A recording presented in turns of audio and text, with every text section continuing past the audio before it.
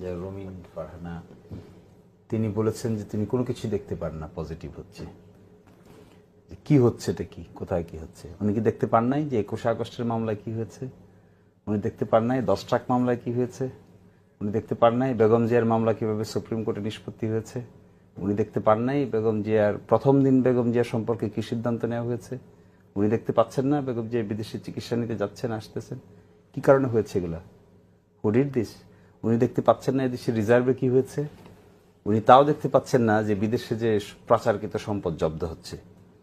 উনি এটাও দেখতে পাচ্ছেন না যে বাংলাদেশের সিলেটে সরাসরি ওখান থেকে এখন রপ্তানি হচ্ছে, সরাসরি সিলেট থেকে রপ্তানি হচ্ছে, চিটাগাং থেকে শুরু হতে যাচ্ছে।